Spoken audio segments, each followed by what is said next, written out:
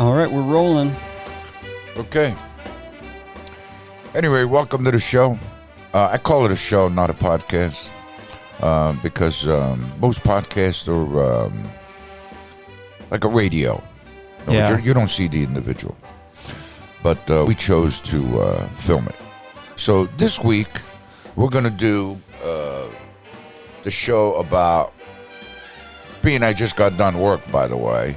You know, I didn't have time to go home and take a shower. I didn't want to tie Alec up too long. So I decided that we'll call this show Blue Collar. Okay?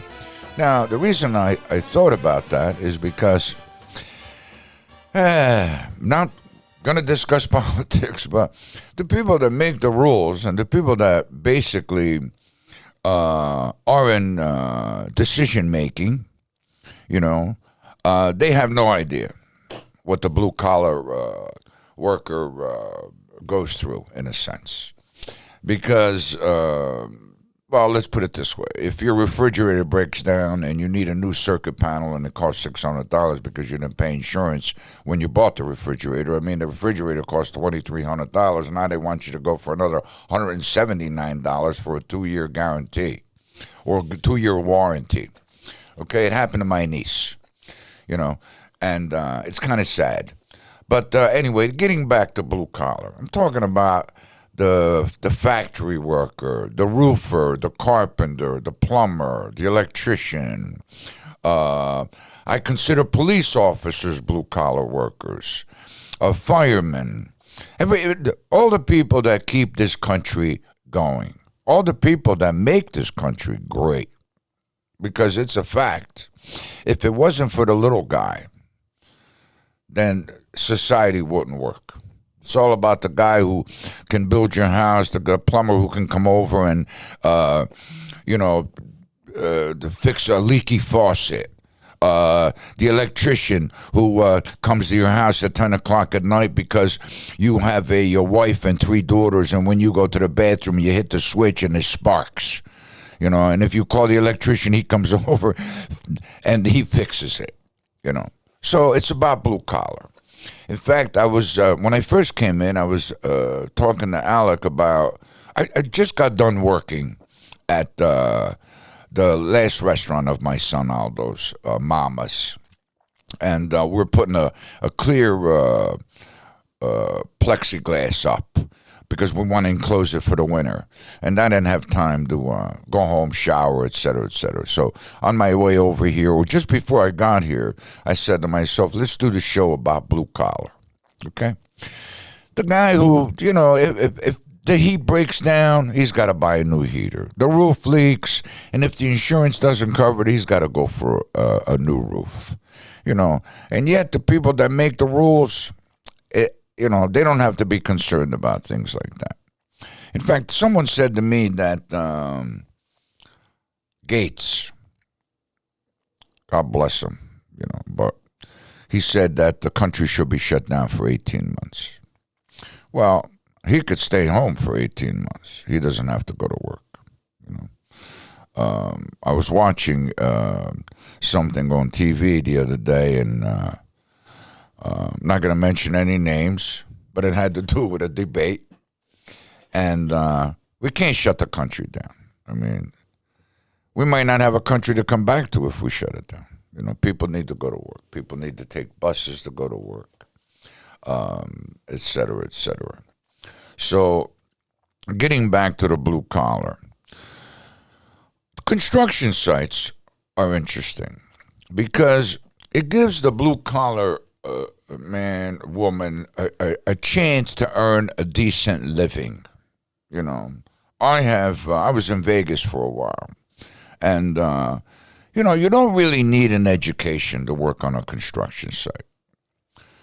I mean, you can earn pretty good. You can earn. It's a matter of work, a matter of elbow grease, you know. I consider elbow grease work, whether it's physical or mental. You know, in fact, I know someone, well, my sister told me a story about someone that she was involved. She had a cleaning business for a while, and she mentioned something to a woman that she was working for and said, apparently they were cleaning something, and my sister said, you have to apply elbow grease. So I think she went to a hardware store somewhere to buy it. And you can't buy elbow grease. But that's the way it is, you know. Some people don't know. We take so many things for granted. Okay? Now, it is said that the small businessman employs 60% of the American workforce. Okay? Now, 60%. I think the other 40% either work for the city, the county, the state, or the government. And then one time, I was in Las Vegas, and I came across this couple that he was some kind of scientist, but he ended up giving it up, and he started doing maintenance for apartment complexes. Fix a window, repair a piece of sheetrock on a wall, little plaster, et cetera, et cetera. And he said to me, this was back in the day, and he said to me, Aldo, he says, only 10% of the people really work. The other 90 live off the 10% that work. I was kind of interesting. Yeah. You know? So I was saying to Alec that on the construction site, for every construction worker, supposedly there's 5 other jobs created, because the construction worker installs a window, or he builds a wall, or he puts sheeting up on a house. Now, someone has to manufacture. No, first of all, the window has to be designed. It has to be engineered, right? It has to be marketed. Leaflets have to be made. It has to be priced, you know, and then a truck driver delivers them. So if you think about it, it makes a lot of sense. I was told that one time, long time ago, that for every construction worker, 5 jobs are created. It's really interesting. Oh, and I also want to mention, being that I am in Memphis and it's in the state of Tennessee, I read an article that the average construction worker in the state of Tennessee is 55 years old. Why go into trades when you can do, or I meet people, they do IT. Or my sister had a neighbor that he was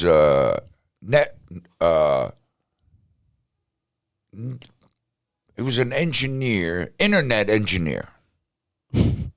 But guess what? He knew what he was doing, because I had a computer. I couldn't go online with it, and he worked it out. You know, so of course you need people that are savvy when it comes to computers, et cetera, et cetera, et cetera. And now, not to get off track, being that so many things are done online today, I feel sorry for seniors. Because I'll tell you what, if you can't work a computer today, you're in a lot of trouble. You know. And by the way, now that I brought that up, I have to say this, okay? Now, if I call a company that I'm doing business with, whether it would be Netflix or a cable company, et cetera, et cetera, et cetera, and I'm put on hold. Now, when I'm put on hold, I am subjected to the music they're playing, which I don't particularly care for, okay? And then on top of that, they're pushing their advertisements, okay? Now, being that I have to be put on hold and I have to listen for me to be able to speak to a human being, my thought is this. I think it's kidnapping. Because in life, the only thing you really own is your time. Because that's your most valuable asset. So if you're on hold with a company for 20 minutes, it should be illegal, because it's kidnapping. Because first of all, they're capturing your attention. But you know what? I mentioned that to my daughter-in-law one time.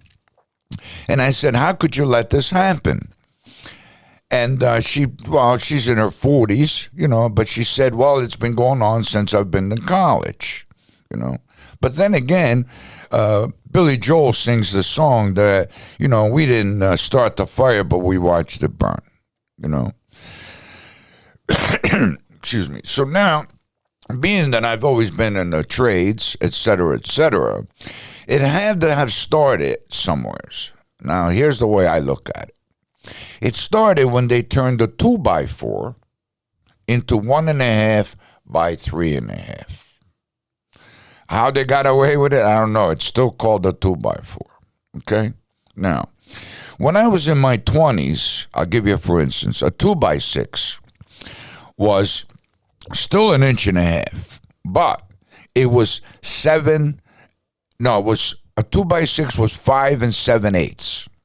When I was in my 30s, it went to 5 3/4. Lately, the last 2x6 I bought is 5 1/4. That's 3/4 of an inches that I'm paying for that I'm not getting. Now, how do they get away with it? They get away with it because that's the way it is. In other words, people have to realize that they've got to make a move. They got to say something. When a company puts you on hold and they say that they're taking care of their other customers, well, guess what? Have less customers. If you can't handle the load, then have less customers. In fact, I've been thinking about starting a business where I don't need any employees. You don't need employees. All you need is computers, right? Yeah. That's it. Yeah. We live in an age where I don't know. I mean, when I call a company, when someone comes on, I ask if is this a real person? Is this a human being? I remember going into McDonald's and I couldn't order at the counter. I had to go to the computer. But they changed all that. Now you can still go to the counter because, I mean, I'm 71, so how about I say it feels bad for seniors as if I'm not a senior, but I started saying it when I was staying with my sister in New Jersey for a while because there was lids she couldn't open. How hard is it to open up a package of a CD or a DVD? You actually have to take a knife and cut the plastic. Yeah. You got to watch you don't cut yourself. That's serious. Yeah, it's true. Why do they make things so hard to open? That's because machines are putting them together, So anyway, I got a blue shirt on, so a blue collar, right? But I have no collar. Yeah. Right? Yeah. So anyway, what else can we discuss? What are some of the notable jobs you've had in the blue collar field doing the trades? Is there anything crazy you've seen on a site? Oh yeah, I've seen a lot of crazy things. Anything come to mind? Yeah. I cut a barn in half one time. Where? What state? In New Jersey. It was right where George Washington crossed the Delaware. Mm. And there was a property dispute.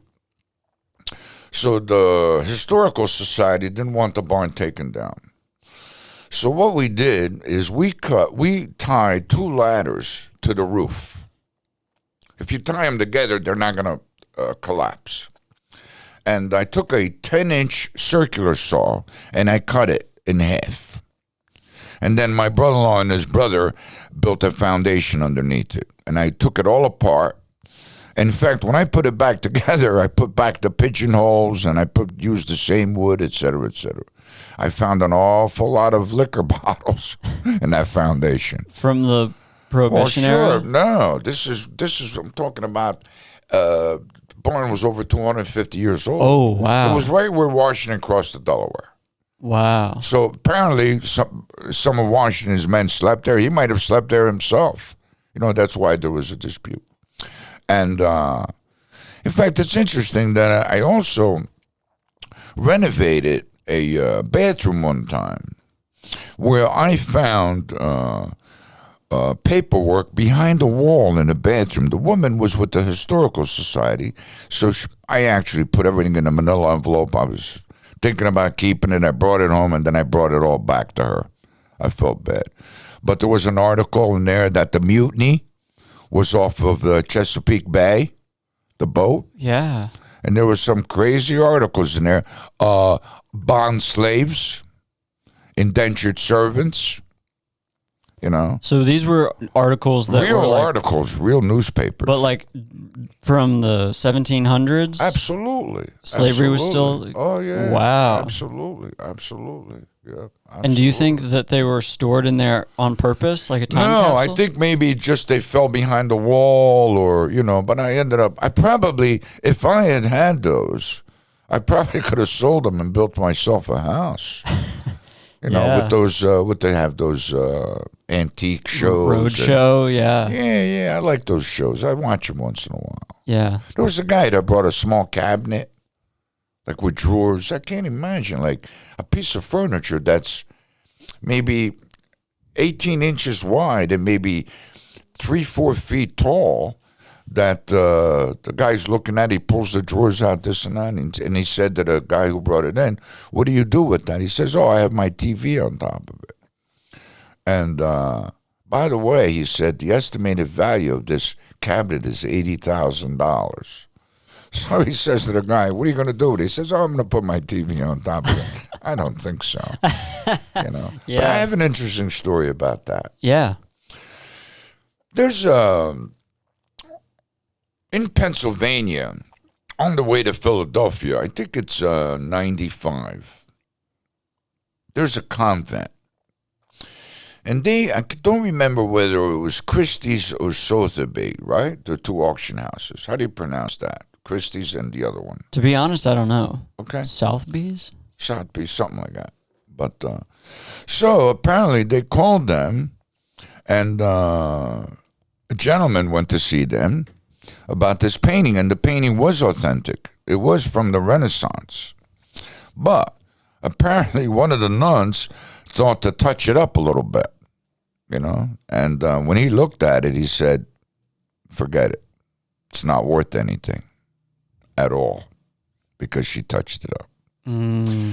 So, of course, they offered him a cup of coffee. He sat down, et cetera, and he's sitting at the table, and he's having a cup of coffee. So they pushed over the sugar bowl to him, and he's looking at the sugar bowl and he's picking it up, et cetera, et cetera. He got them $180,000 for a sugar bowl. Wow. It was made by the Medici family during the Renaissance. Wow. They were in the pottery business for a little while. What's that got to do with blue collar? I don't know. No, but it's like, growing out of renovation treasures and interesting finds. But amazing, $180,000 for a sugar bowl. Yeah, that's crazy. You know, it's interesting how when, being that we're on this subject, when Van Gogh's sunflower painting sold for $40 million at one of the auction houses, and someone says, "Is it worth that much?" And they said, "Yeah, now it is, because it's worth what someone's willing to pay for it." Yeah. And the poor bastard, I mean, he was in the nut house for a while because he had a beautiful mind. You know, it's interesting about art. We were talking about, Sean Connery just passed away. Yeah. So now, you know, you can Google to see what someone is worth. That's terrible. You know, it really is. Yeah. Let's see, he was worth $350 million. Billy Joel's worth like $225. Wait, Tom Jones, he was a singer. I don't think anybody's ever heard of him, but he's worth like $400 million. Paul McCartney's worth $1 billion. It's amazing. Yeah. Huh? There is no, like, it's pretty funny how a friend of mine in Las Vegas one time said, I don't know, the girl asked him what he did for a living, this and that, and he said, "Well, you want my Social Security number? You want to check out my tax bracket?" In other words, you know. Yeah. But it's amazing Yeah. how you could Google anything. You know, you don't have to have any knowledge at all. You could be shrewd. You know, I don't know. Intelligence might be going out the window Yeah. because you don't have to I was reading an article about how it's a lot easier for people in my generation to be entrepreneurs because if you can't figure something out, you just Google it, you look it up on YouTube. Anything. Yeah. Aldo goes on YouTube to figure this out or to figure that out or to get ideas, et cetera, et cetera. Because people go on YouTube to, they're fixing up their garage. Yeah. Or they're fixing plumbing. Or I've gone on YouTube because my panel went out on my car. I keep telling them it's a manufacturing default, but they say no. Well, how come it went out if all the fuses work?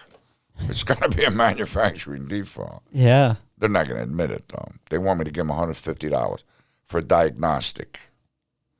But the guy said, but if it's $500, we deduct the $150. I says, oh.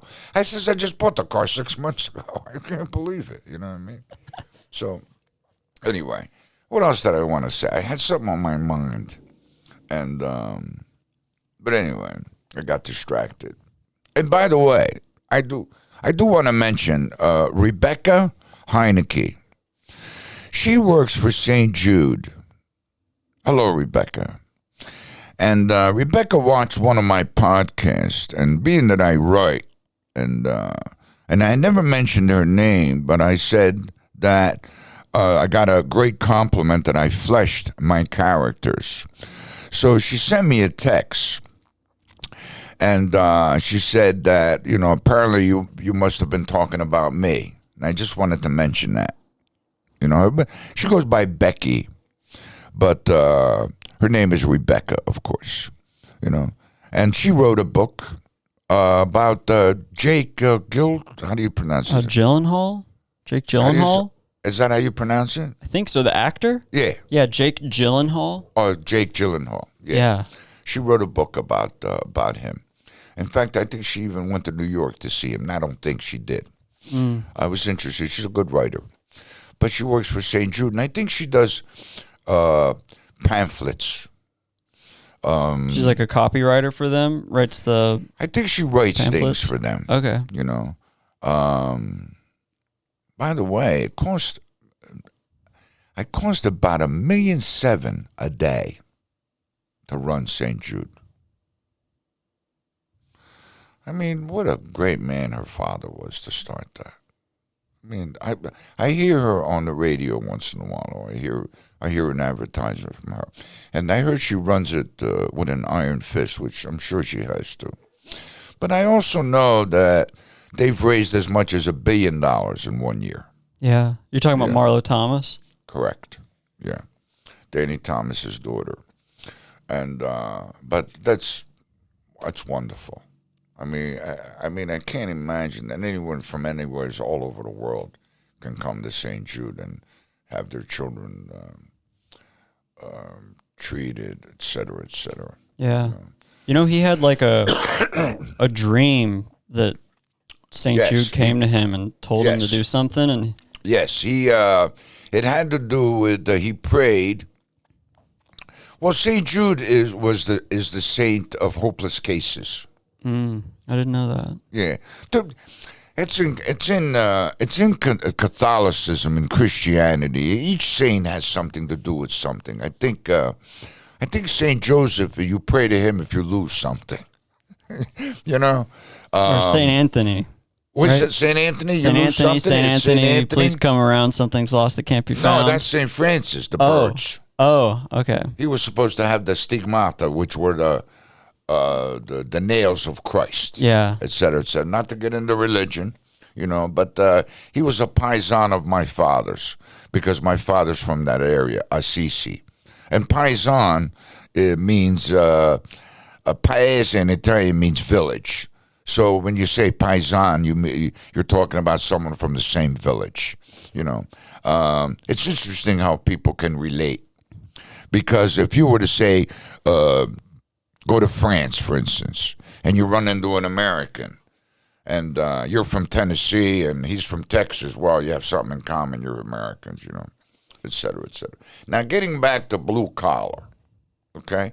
We just put in a new heater at Mama's, and it's Train. And by the way, Train is made in Trenton, New Jersey. And there's a bridge. It's called Trenton Makes, World Takes. And the original wire for the Golden Gate Bridge was made in Trenton, New Jersey. Roebling, who held the patent on the suspended bridge, of course, he's the one who built the Brooklyn Bridge. And in fact, I think he died of the bends. Because whenever you build a bridge, or you have to put casings in, and the casings, I think, went 70 feet below the bottom of the Hudson Bay. And he was down there with his men working. So the bends are what a scuba diver can get if he comes up too fast. Decompression sickness? Decompression, correct. In fact, I think his wife drove the carriage across the Brooklyn Bridge with him in it, because he used to stay in his apartment and oversee the work, et cetera, et cetera. But that was Roebling? Roebling. He's the one who built the Brooklyn Bridge. And there was a large plant. And there's a town named Roebling, New Jersey. In fact, my brother used to live there, his family. And there was a huge Roebling plant in Trenton, New Jersey. And then what happened, and steel, U.S. Steel used to be in Trenton, New Jersey. Kind of interesting. I think it was like 10,000 acres where they made steel. Wow. Yeah. And, of course, then it happened that they couldn't compete with the Japanese. But I think they didn't retool. They got to spend some money to retool. I know someone that was in the textile business, and they said they couldn't compete anymore. And I said, maybe he didn't retool, and he hesitated, like, he knew what I meant. Yeah. You know, you got to spend the money to retool, you know. Okay, getting back to blue collar. I have to say this. I was told here in Memphis that Tennessee is a landlord state. Okay? Now, I'm not saying just blue collars rent apartments, but mostly. Okay? Now, landlords in Tennessee, and especially in Memphis, let's fix these buildings up a little bit for your tenants. I've been in some buildings where for years, I've seen it going on for years, you know, they need to be repaired. The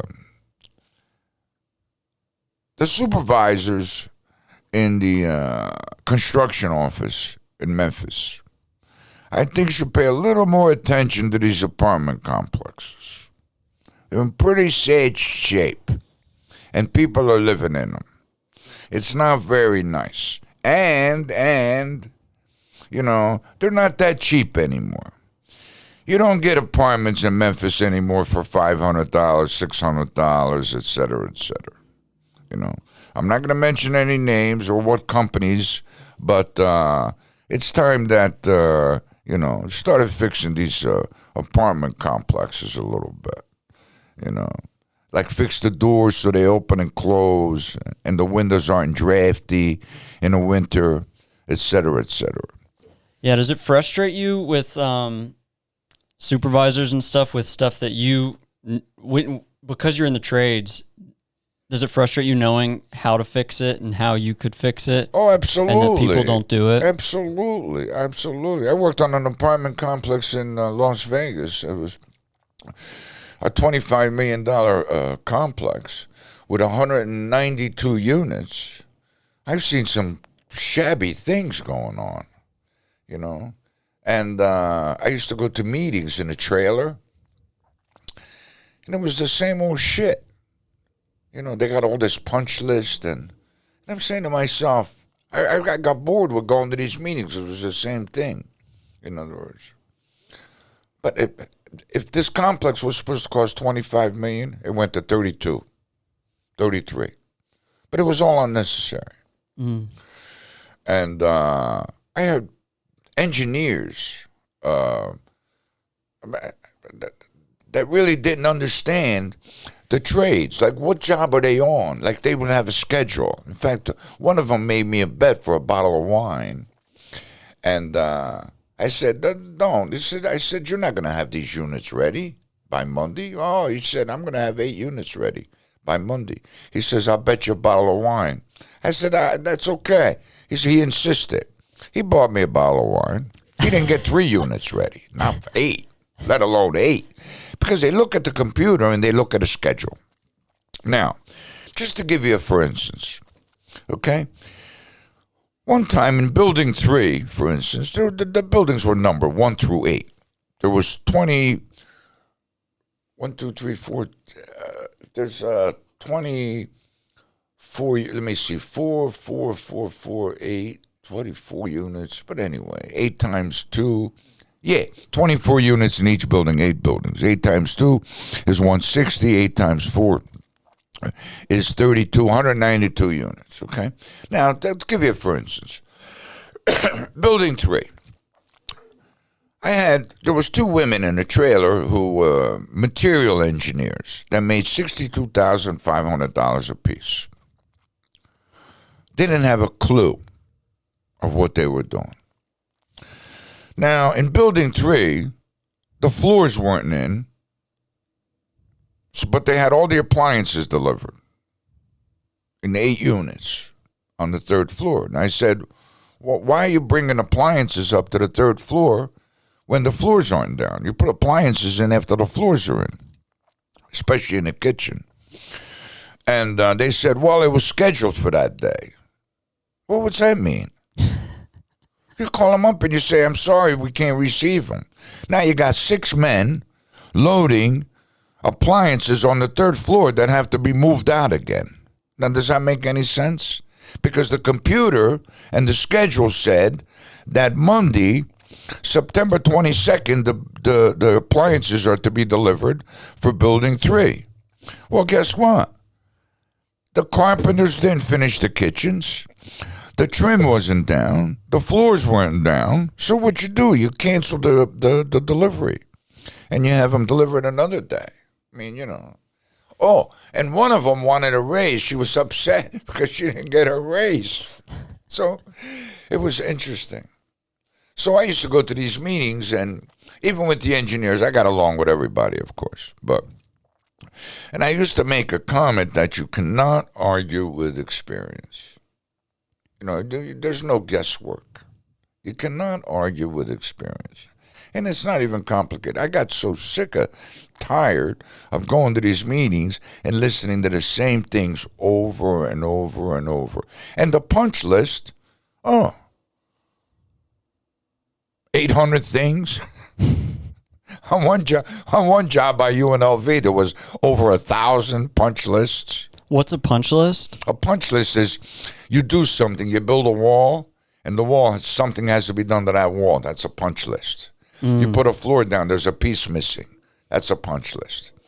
You put the kitchen in, and there's a piece of a cabinet missing or a door. That's a punch list. That's what a punch list is. So it's all the little things that went wrong that need to be fixed? Need to be fixed. And there was over 1,000? Oh, yeah. 800. It's like, in fact, when I ran my crew for the company I worked for, I told them I want no punch lists. I have to sign the labor sheet. Yeah. On Friday for them to get paid. I said, I'm not signing it. I want no punch list.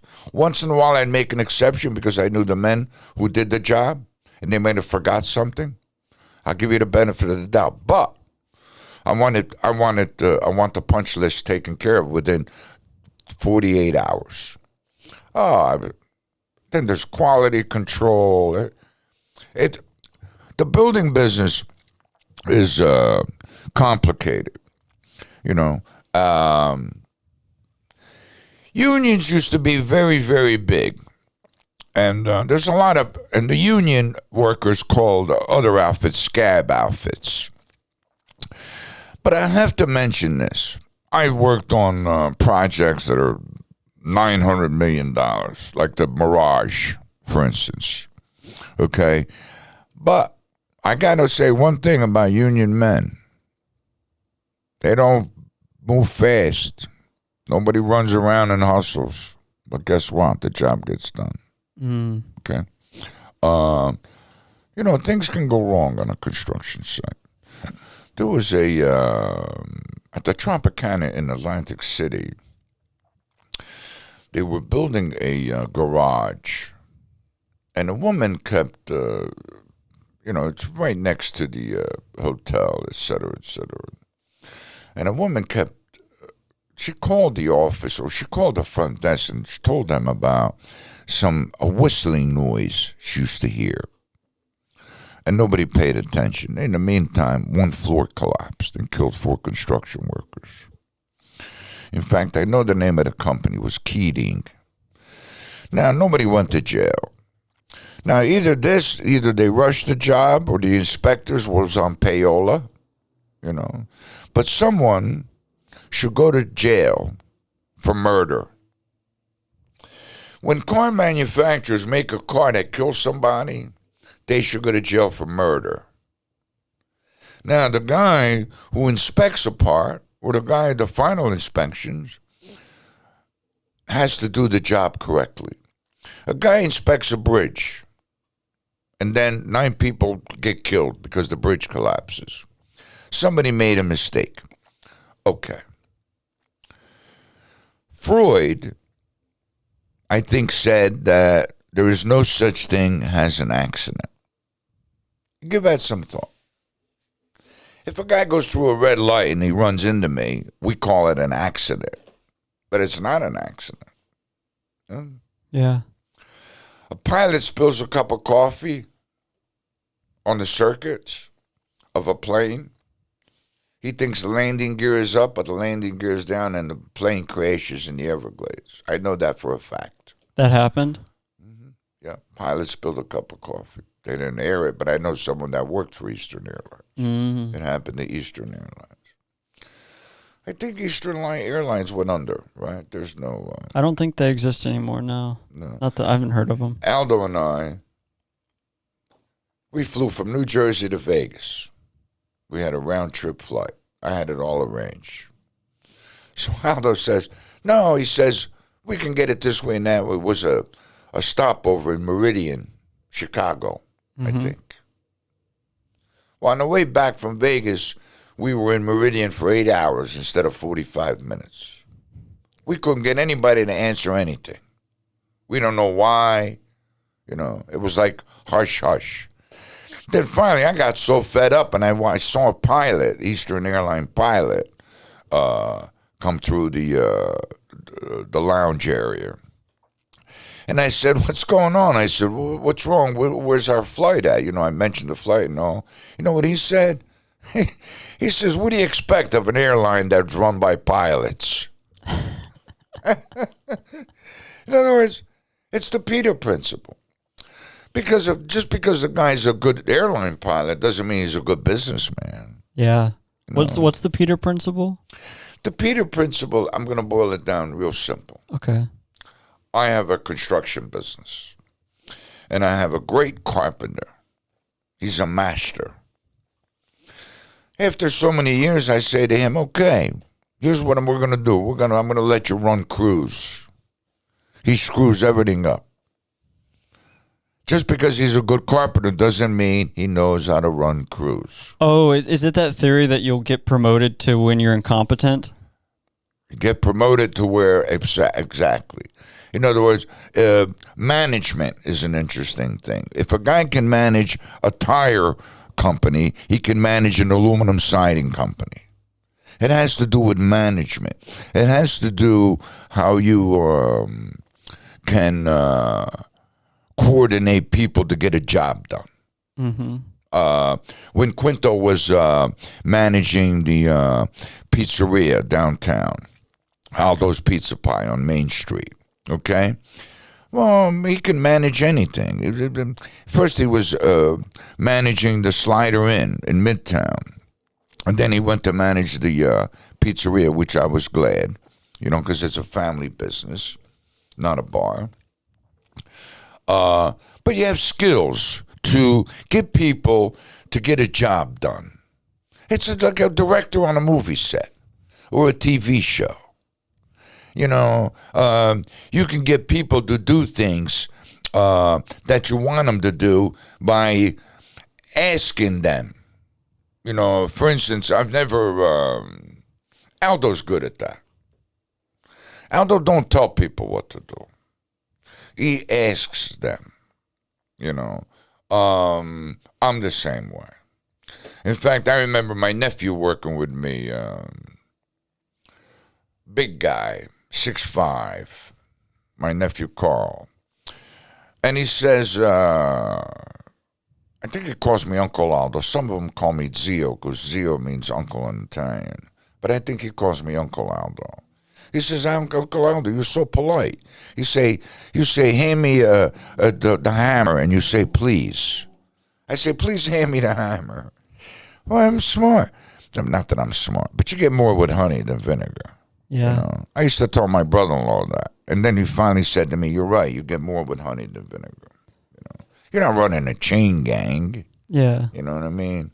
So it's like, in fact, to be a general contractor, first thing you learn is you go on a job and you say, aren't you done yet? But bring coffee and donuts. So the men get all nervous. And then you say, I'll be right back. But you don't come back. You know, you just say that. Keeps the men on their toes. Yeah. You know, I know someone in New Jersey who's been a contractor for a good 40 years.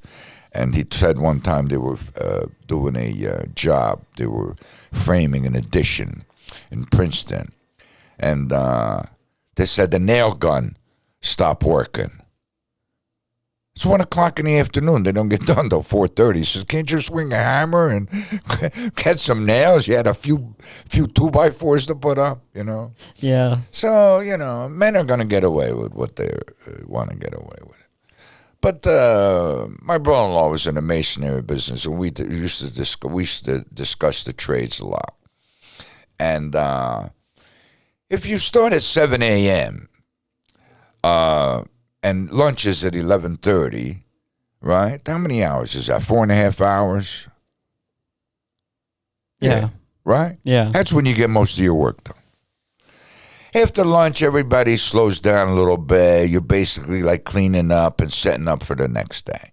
But in the trades, a man's going to work 4.5, 5 hours, 6 tops. In fact, some of the unions have a 7.5 hour day. But the last half hour, they give you double time. Mm. Yeah.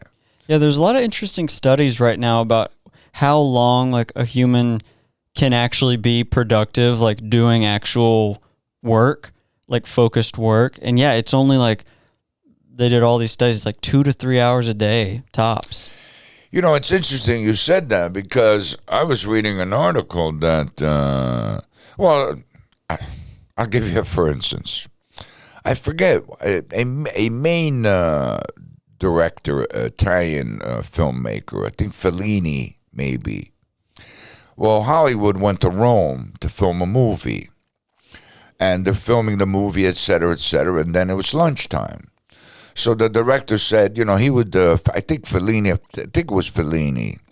And I'm not 100% sure, but an Italian director, movie maker, who was basically getting started. He was handling the extras on the movie set. So after lunch, the main director, who was responsible for the film, said, okay, we're going to shoot this scene and that. He said, well, we can't. He says, because they're napping. It's siesta time. He got fired. You know, and now in America, they're not frowning upon the fact that maybe somebody will close their eyes for 15, 20 minutes. Yeah. In fact, I read an article that in New York, they rent these pods that they can deliver. And someone can lay in it, listen to a little music, and kind of shut down for 20 minutes. It's a matter of shutting down. It's not the length of time. Because I find sometimes if you shut down for 10 minutes, if you're soundly shutting down where your mind is not activated, then you're rested. In fact, there was a serious experience about scientists studying dolphins, porpoises. In fact, I laid in a tank. And what it is, it's a closed tank that's salted, so your body floats inside the tank. And none of your body parts touch anything. And you play a little music, and supposedly, I don't know, like an hour and a half, 2 hour rest is as if you slept for 8 hours. Is it like a sensory deprivation tank? Is that what they call them? What's that? A sensory deprivation tank? What's that mean? I think that's Deprivation's not a good word. Yeah, I just know that it's popular right now to do kind of what you're describing. They call it a sensory deprivation tank, where you basically lay in the salt water and it's a closed pod and you float. Yeah. So you kind of desensitize your feeling, seeing, hearing, and all of that. Absolutely. Because it's also said that the porpoise is in more control of his environment than mankind is in control of our environment. You know. And by the way, getting back to blue collar and the people that keep a country going, but not just in this country, in all countries all over the world. I mean, we pick up a cell phone and we can communicate anywhere in the world, but yet there's people in factories making those parts. You know, it's always the little people who create everything. A guy makes mega money and he builds a house that's $30 million. Well, guess what? Guess who's building the house? It's the little guy who builds the house. Okay. I read an interesting book. One of the most interesting books I've ever read. I got a few. But this one was called Who's Watching the Watchers? And he was a high-power attorney from Washington, D.C. Of course, the District of Columbia is its own country. So he was a high-power attorney. Apparently, you know, when you get older, sometimes you look back and you think of all the shams of life. So he specifically was discussing, which is interesting, the pharmaceutical companies. Where, in other words, who's watching the watchers, meaning who's watching the people that are watching us and are making the rules. And he was big on the pharmaceutical companies. Now, what's that called? The agency, the government agency that regulates the drug. The DA, DEA, Drug Enforcement. No, agency? that's for illegal drugs. I'm talking about when it's approved by the FDA. FDA, Food and Drug Administration. All right, now the Food and Drug Administration. In this book, I think it's a 2-year stint. Okay? Well, the pharmaceutical companies wine and dine these people for them to go work for the pharmaceutical companies. Because they've been to parties and barbecues with the people on the board. Okay? So then they wine and dine them so that the pharmaceutical companies have an in with the FDA. I'll give you, for instance, and I'll mention it, I don't care. Johnson & Johnson came out with a drug that didn't do anything, but didn't harm you. But after it made like $30 million because the attorneys kept postponing it, you know, it made $30 million. It was just like a placebo? Whatever. That's the point. You know, big business is interesting. There's an area in Trenton, New Jersey, in fact, in Ewing Township, New Jersey, that General Motors used to be there. It's a toxic waste. But the property is worth about $12 million, and it would take $24 million to clean it up. They have been postponing it in court at least 40 years that I know of. Now, Roebling, New Jersey, had a serious problem with their water tablets table because when they washed steel, they washed it with acid. And they had a lot of problems. Now, I always wondered why Mary Roebling, who was the wife of John A. Roebling, who was the son of the original Roebling, she was the first woman in the United States to become chairman of the board of a bank, which was National State Bank. Now, why did the American taxpayer have to worry about cleaning up something that the Roebling family created the toxic waste? Why didn't it come out of her money? That's interesting. Yeah. Why did they do that? Why do they pass it on? You know, it's interesting about, I think John Glenn. John Glenn was a senator, I think. Wasn't he a senator? He's the one who orbited the Earth 3 times. Mm-hmm. I don't know if he became a senator. I just knew he orbited. Think so. Yeah. Yeah, I think he was a senator. But they had estimated that the toxic waste cleanup in this country was going to be $10 billion. And I remember him specifically saying it's going to be $100 billion. But it's going to be more. It's more than that, you know. It's like I was talking about infrastructure. They're supposed to spend. Obama said it was going to spend $600 billion for infrastructure, and I think Trump mentioned $1 trillion. Spend something. I mean, you know. Yeah. They got to spend something. Yeah. You know. It's interesting how, getting back to the blue-collar work, he has no control over anything. You know, I know for a fact of unions in New Jersey. I know the family, so I'm not going to mention any names. But say the union had 300 members, and they were iron workers. That I'll mention. When a politician was running for office in that area, he would tell the men who to vote for. They could care less who became the city council or who became the mayor, as long as they can go to work in the morning. Because they had to go to the hall 6 o'clock in the morning, and he decided who went to work and who didn't go to work. That's pretty sad. Yeah. You know, Kennedy got elected because he was given Chicago, Illinois, the state of Illinois. He was giving. Well, of course. The old man made a deal with John Connor. But what do you mean he was giving Chicago the state of Illinois? They voted. Oh. You know, through the Teamsters. Gotcha. When Hoffa said who to vote for, that's who they voted for. Mm. You know, the deal was they were supposed to get off their backs. The FBI was supposed to get off their backs. Mm.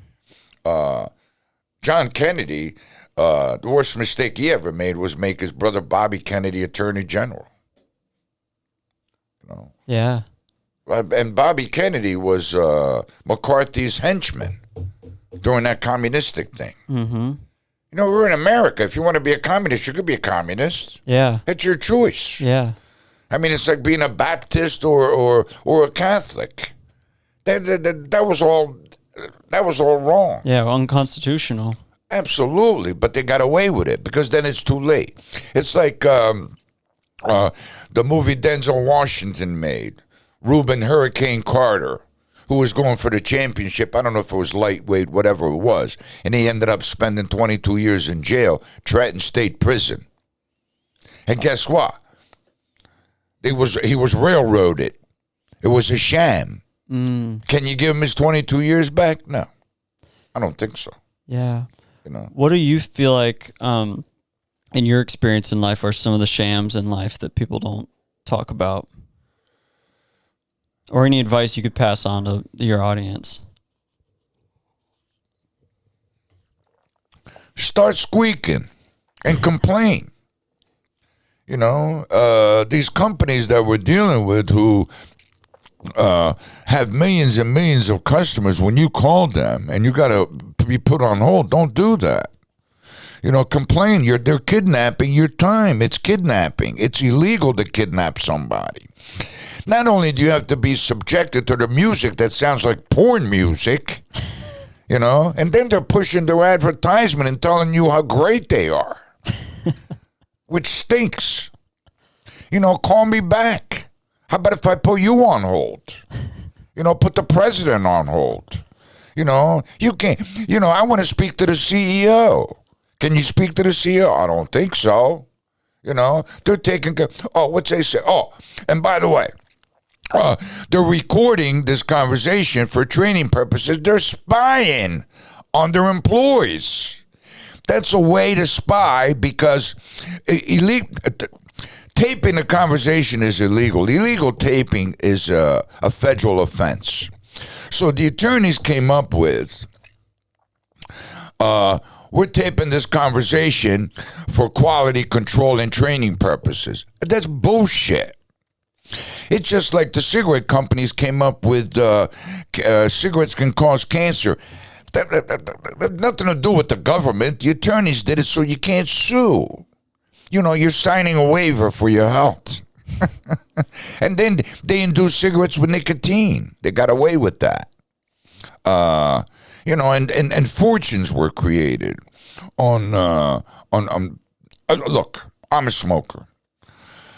Let's see. When I go to the doctors and they ask me how long I've been smoking, I say 54 years. The doctor's 32.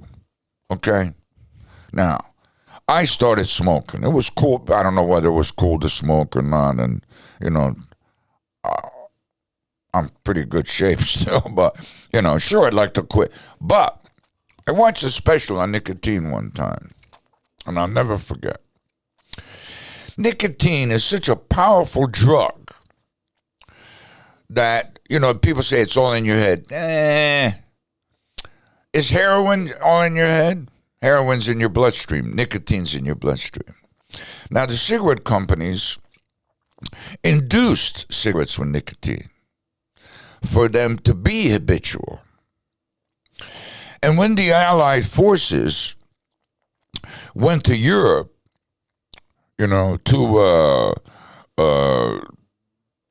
during World War II, all the GIs were giving cigarettes away.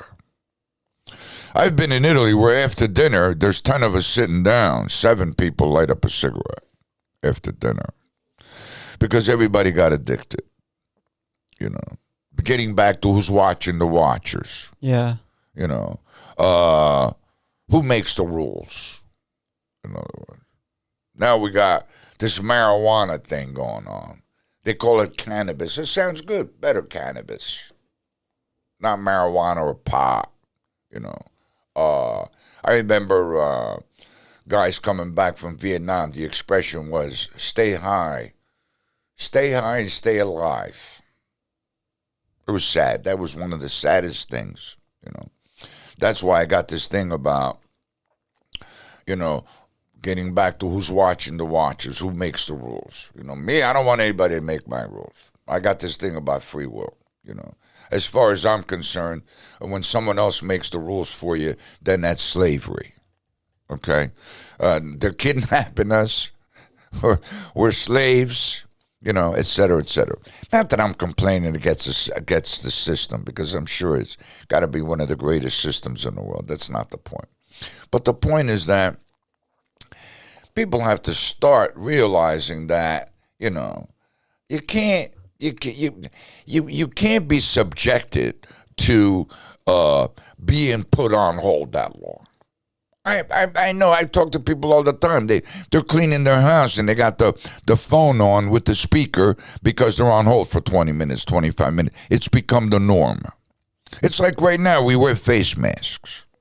And by the way, I've traveled to New Jersey lately and traveled back by car. And the only place I've seen where you must wear a face mask, the new normal, is in Memphis, Tennessee. I didn't see it anywhere else, which I think is great. Yeah. The new normal, So it's amazing what you can get people used to. What's that expression they use? taking care of other customers, or what's the? Oh yeah, we're currently occupied taking care of other customers. Yeah, right. Currently, we'll hire more people. Mm-hmm. They could afford it. It's like anything else. Is the margin of profit in business? I'll give you, for instance. They always say to people about in the construction business, in the housing market, how expensive homes have become, okay? And they talk about the cost of labor, et cetera, et cetera, et cetera. Okay. But the larger margin is the developer. The larger margin is the profit and developer. And by the way, that I discussed about the 18-wheelers and how many trucks I saw on the road last week. Yeah. Right? Yeah. Okay. Okay, so a 2x4 is 1.5 by 3.5. Okay. Now, when you put sheetrock on a house and you're working with an 1.5-inch piece of wood, that means only 3/4 of the sheetrock can catch the stud. Now, try to follow me here. That's why in your house you have those cracks and you have to respackle. But if it was 2 inches, now the sheetrock will grab 1 inch on each side instead of 3/4 of an inch on each side. And please, if you're going to sell a 2x8, make it 2x8. Or you're going to sell a 2x10, make it 2x10, not 9 1/4. That's pretty sad, don't you think? How'd they get away with this stuff? Yeah. Huh? Well, they sold us water. That's pretty cool. Yeah. Right? Yeah. And you know what's funny? I have been drinking bottled water since I was a kid in Italy because of World War II. And I grew up in Sardinia after World War II. I mean, we're lucky we had water for 1.5 hours during the day. 2 hours. There was times like you could take a shower. Just because there was not enough resources for clean water? Piping, and it was all deteriorated. You couldn't drink the water. I had a sister before I was born that died of typhoid, which is from water. And I remember them putting like this powder inside water to cleanse it. I should have known about the bottled water business. And then when I ventured out west in 1978, when I lived in San Diego, there was the Sparklets delivery with the 5-gallon jugs. And I still missed it. Water for sale. All you got to do is filter it and bottle it and sell it. Oh, there was a guy. Excuse me. There was a guy in Trenton, New Jersey, who moved to SBA. Does that move? Do you know what that means? No. When you move somebody for money. Oh. It's an expression. He moved to SBA for $350,000, and he went into the water business. He was using Trenton water and bottling it. Oh, yeah. And then he got busted. And then he went somewhere else and did it all over again. Really? Yeah. Bottled water. And I'm used to it. Yeah. I won't have a cup of coffee with tap water. We're lucky, though, in Memphis. Memphis has pretty good water. Yes, it does. The aquifer. But that's not the problem with the water. It's the pipes that are bringing you the water. At Aldo's house on Linden Avenue. Which is where I live now. I live on Linden. But the old houses have a lead pipe bringing water into a house. Yeah. We had ours tested, and it's okay? Well, yeah, I tested it myself, and the lab results came back that it had a very tiny amount, but still a little bit. Yeah, because there were lead pipes. Yeah, built in 1915. Yeah. Well, Aldo's house was built in the early 1900s because there was no plumbing then. Their houses were pinned. They were all raised to get the plumbing underneath. Would they just do septic tanks? Well, it used to be an outhouse. Oh, yeah. And then plumbing came in. In fact, we found clay pipes underneath the house. Yeah. Because I had it all cleaned up. Yeah, we just had to get our sewer line redone, and it was terracotta that they pulled out. That's right, exactly. And when we had a new water line put in, right? I don't know why, but the water line is polypropylene. The white plastic? The plastic. Not the white one, the clear. Oh. They're using 3/4 inch. It's called PEX, I think, now. But the point is that when he got to the street, he connected the water line to a lead line. Then the inspector came. You can't do that. You know, you got to run it to the main water line that comes down the street. Now, why would he do that? You got children in the house. Yeah. You know, you have to be conscientious. You have to be. Getting back to a garage collapsing and killing 4 construction workers.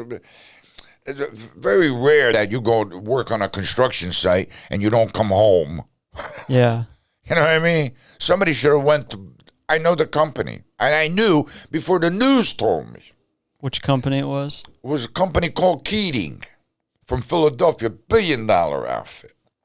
You know, they killed four people. They killed. Either they built too fast, they didn't wait for the cement to dry, you know, et cetera, et cetera. What do you think the whistling was that she heard?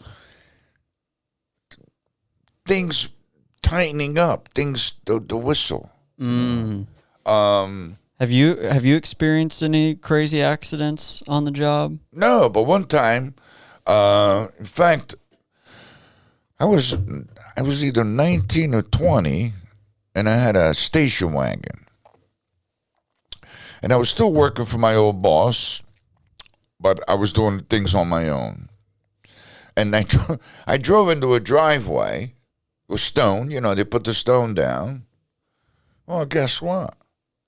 I couldn't get out of the car. I had to climb out through the window. Good thing it was the crank down window. The car actually sunk in the driveway and above the door, like where you can't open the doors. I had to climb out the window, go make a phone call, and had this outfit that used to be behind my old house on Division Street, Johnny's. And he came out with the tow truck with he couldn't come in the driveway with what you call that, winch. Yeah. What's that called? Like, I don't know. Yeah, tow line. I think you're right. It's like a metal, you know, and he pulled me out. So was it just wet cement? You didn't realize it? No, it was stone. Before you pave, you put stone down. Oh, like the gravel?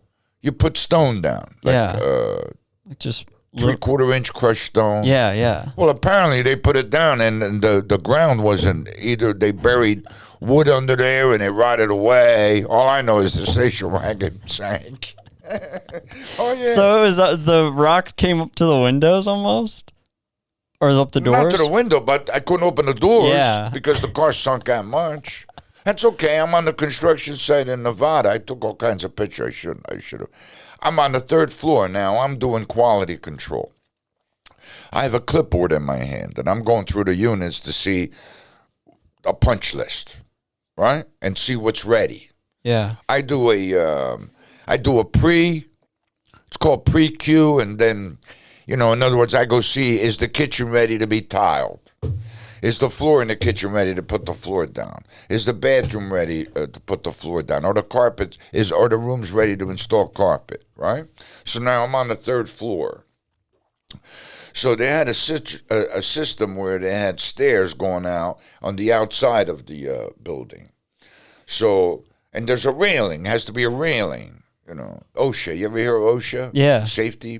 Yeah. Well, I have an OSHA card. Oh, really? Yeah, of course. I took it's a 10-hour class. So I got the clipboard in my hand, and I'm walking out of the patio door to go to the 2nd floor. Well, good thing I looked up. There was no rail. I would have walked right off the 3rd floor. I told them about it. They were nonchalant. Life is cheap. You know, what's it going to cost to put a rail up? And then they got 2x4s up, and they're half hanging, and, you know, there's so many things that, especially, you know, family-wise, when the kids were growing up and doing things or whatever, I tell them, listen, something stupid only has to happen once to ruin your life.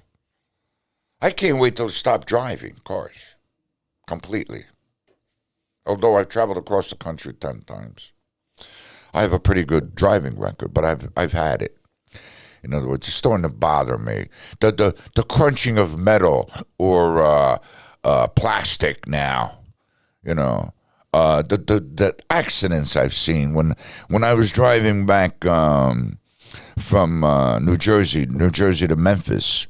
I was talking to my nephew, who's in Vegas, Mark, and I said, Mark, how long have we been talking? He said 40 minutes. I said, I went 20 feet.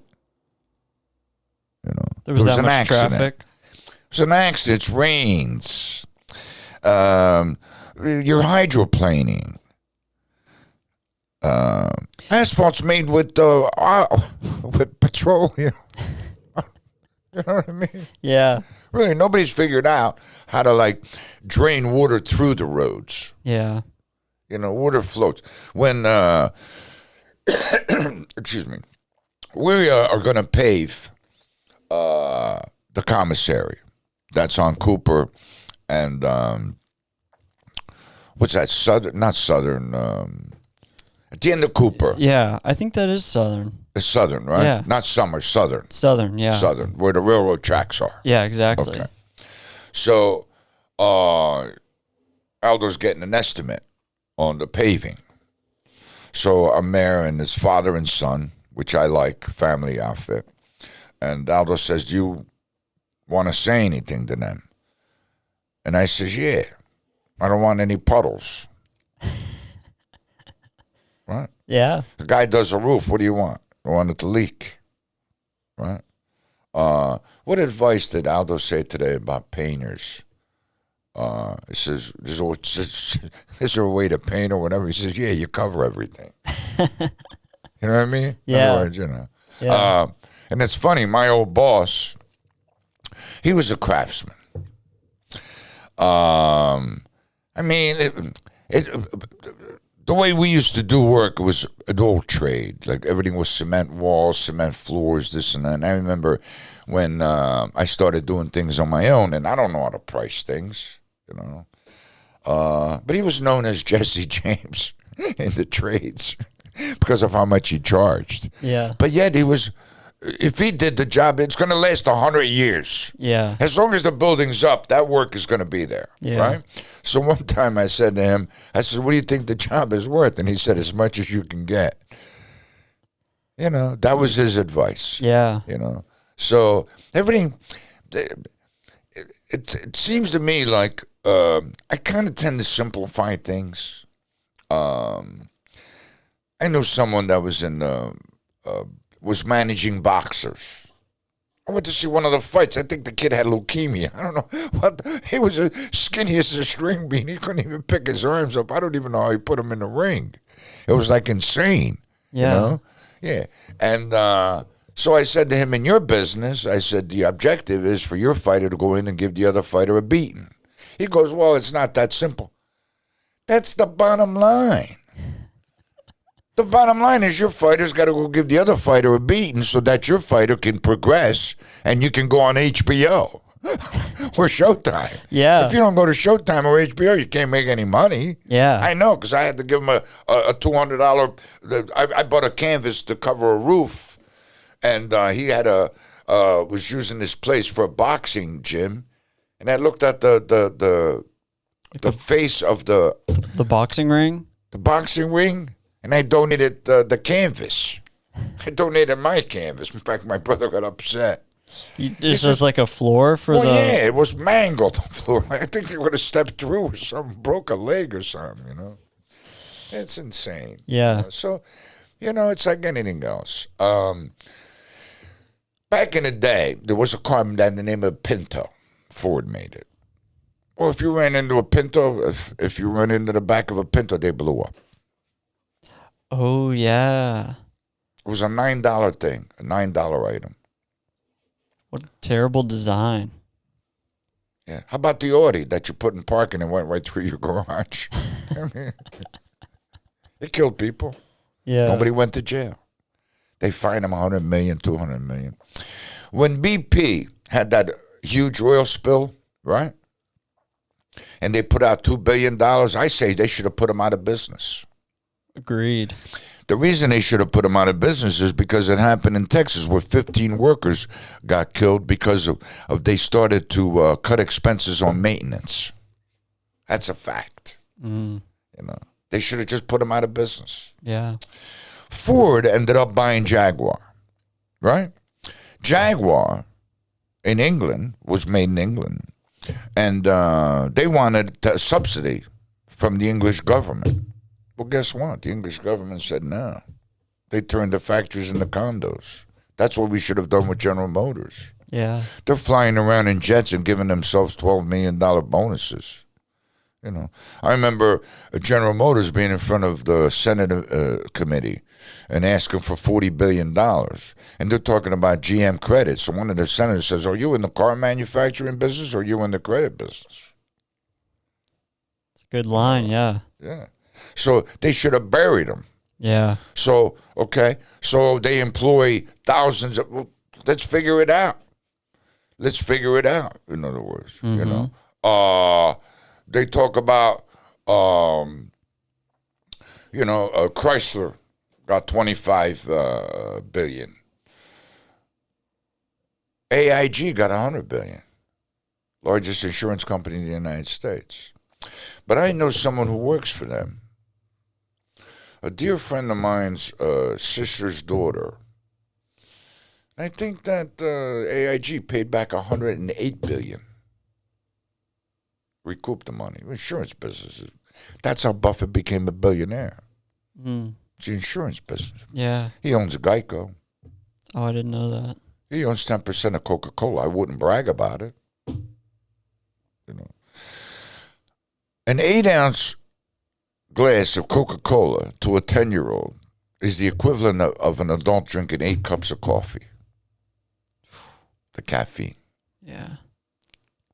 I wouldn't brag about having a piece of Coca-Cola. Yeah. At all. Yeah. Diabetes, It's brutal. Yeah. It's rampant in this country. Yeah. Diabetics. You go to a restaurant, you see these people drinking just like these massive Cokes at one sitting. I had an associate partner, architect, and Mel. And we're renovating a building that has a pizzeria in it. In other words, I'm renovating the top and the sides. There's 7 apartments, 2 stores. And I go, Mel, what would you like for lunch? He'd go, I want an Italian hoagie with melted provolone cheese and a Diet Coke. It was this big, in other words. That don't make any sense. Yeah. You know, in other words, I'm lucky, okay? I've never basically had to watch what I eat. I never thought about calories or proteins. I don't take vitamins. People are always asking me, do you want to take this vitamin, that vitamin? I go, nah. I even read melatonin is supposedly before you go to sleep. Help you sleep, yeah. Yeah. It has side effects.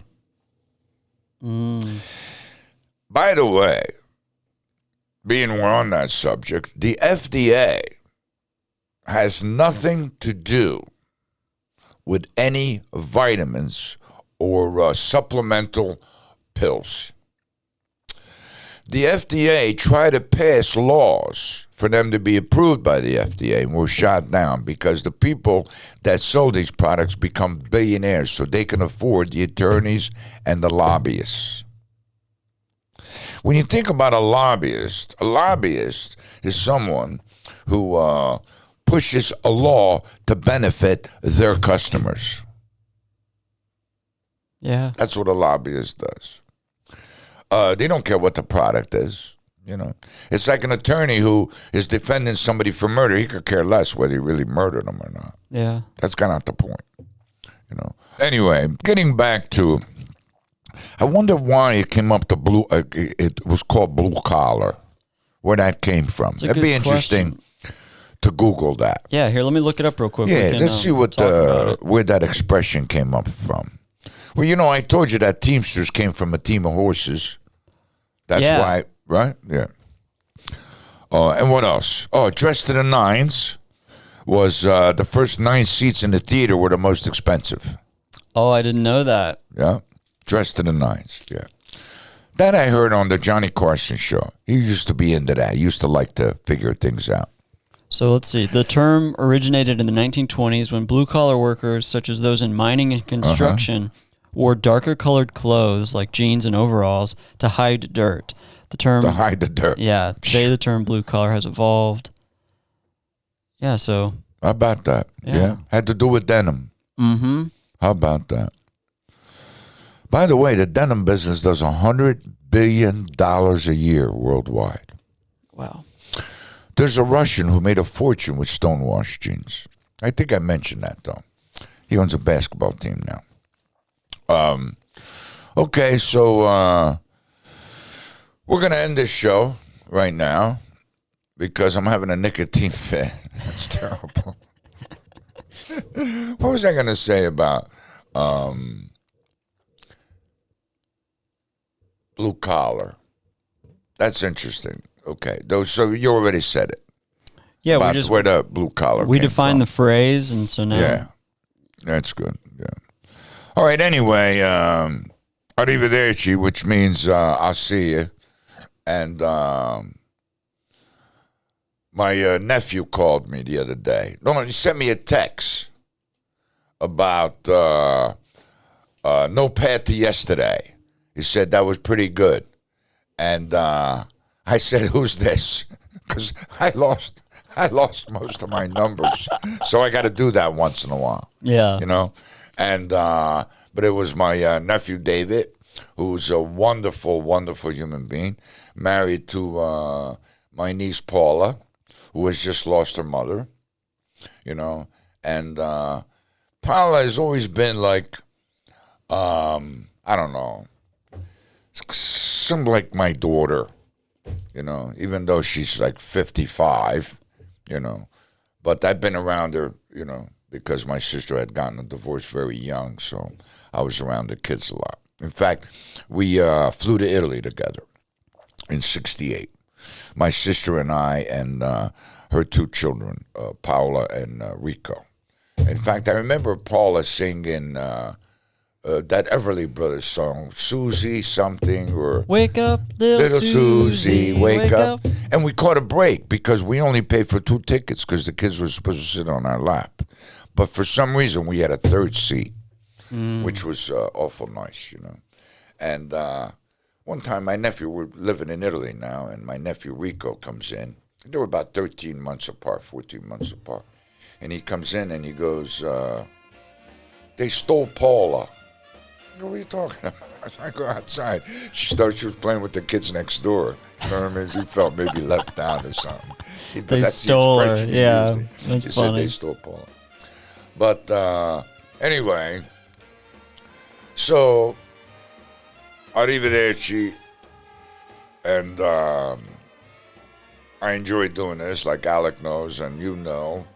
So these are my work clothes, suspenders. You know, I feel lost when I'm in the trades. I gotta wear suspenders.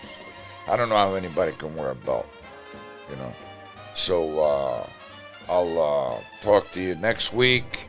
And again, I have to say thanks for listening. And by the way, Jameson, where is the money that you were gonna put up? Okay, I just want to mention that. All right? Okay. So I'll see you next week. So long. That was Jameson.